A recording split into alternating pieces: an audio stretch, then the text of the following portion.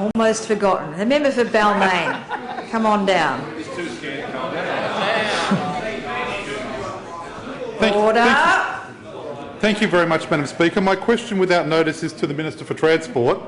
Considering Centrelink job seekers cannot access transport concessions for My Multi and weekly tickets with Transport for New South Wales, will the government consider extending concessions to support Centrelink job seekers in their search for employment? Good question. Minister for Transport.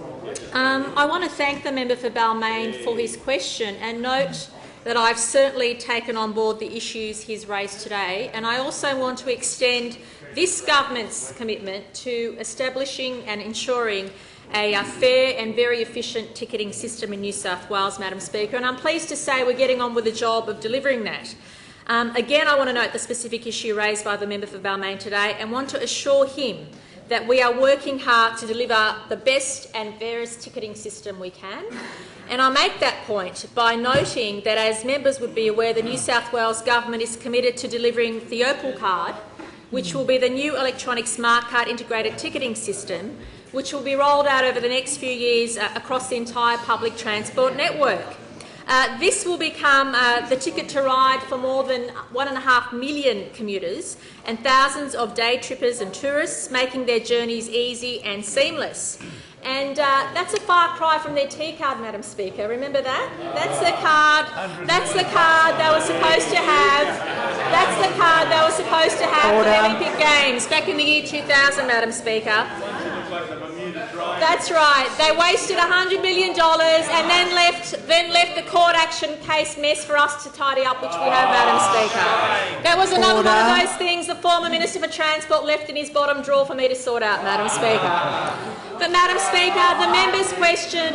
Order. The Leader of the Opposition. We know it's a touchy subject for you. I'd just keep quiet if I were you. We know it's a very sensitive issue for you. I'd just stay quiet if I were you. Throw him out. Why don't you ask me a question about it? I'll tell you everything I know and more. And you won't want to hear it. And you won't want to hear it. You won't want to hear it. I've got it all in my little folder. You watch. The Leader of the Opposition will cease his interjections. The Minister will return to the question. I will. I apologise, Madam Speaker. But, Madam Speaker, the members, not to you. Leader of the Opposition on football. I apologise to the member for Balmain for digressing, Madam Speaker, but this opportunity also allows me to remind the House of the strong record the AFL government has in terms of improving public transport ticketing, but also extending it to concession holders. Madam Speaker, I'm pleased to advise the House that with the integration of MyZone onto light rail, the New South Wales Liberals and Nationals government achieved in less than 100 days what Labor said couldn't be done.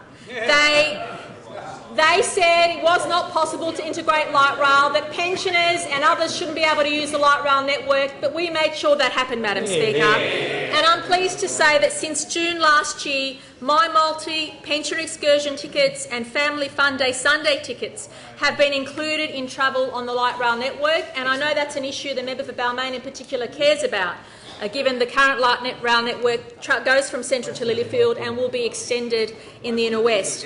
Madam Speaker, again I want to emphasise that this is a government that understands and appreciates that expanding access to public transport is so important to improving the quality of life of so many of our commuters and travelling public. And Madam Speaker, including light rail in MyZone means a more integrated ticketing system and less hassle for commuters who want to access all modes of public transport. That is but one example of the things we're looking at to make our system fairer, more efficient, but also more inclusive.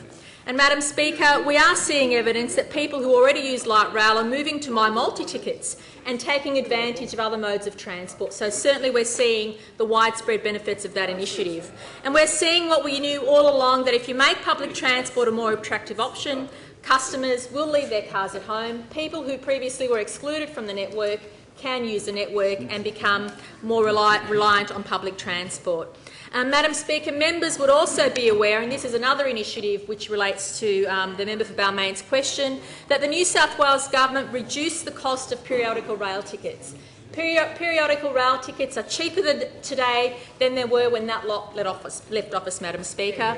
Monthly, quarterly and yearly tickets for all rail travel are now cheaper than they were under Labor, and that's something we're very proud of on this side of the House. Again, it's about improving accessibility. It's about encouraging people to rely on public transport more than they have in the past. And members will recall that from 1 July last year, regular rail commuters were able to take advantage of reduction in these tickets, and those reductions can save commuters up to $240 a year, which is a serious amount of money, especially for those currently facing increasing pressure with the cost of living. So $240 less a year is certainly nothing to be sneezed at. And Madam Speaker, I've got more to say, but I'll do that on a future occasion.